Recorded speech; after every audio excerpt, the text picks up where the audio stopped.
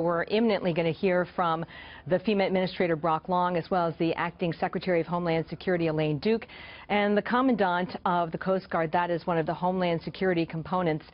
Right now, we're at what's called the NRCC, which is the National Response Coordination Center. This is really the hub that is directing the federal response. And to give you a sense of the scope of this operation, they have 3 smaller incident response centers to help execute the operation, and these incident response centers are closer to Texas. Now, we got a lot of numbers in terms of the federal response, but I want to draw your attention to a handful of numbers which will really help you understand the scope of the operation.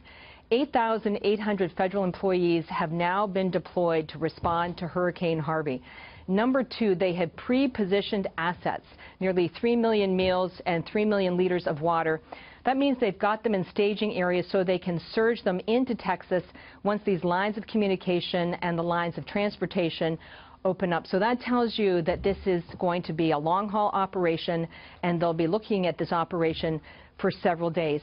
In addition, they have 1,100 personnel who are part of these urban search and rescue teams, and they also now have what's called a swift water capability, which means that they're able to move quickly into these areas to try and effect the rescues. So we're just a few seconds away from getting the latest update here at FEMA headquarters.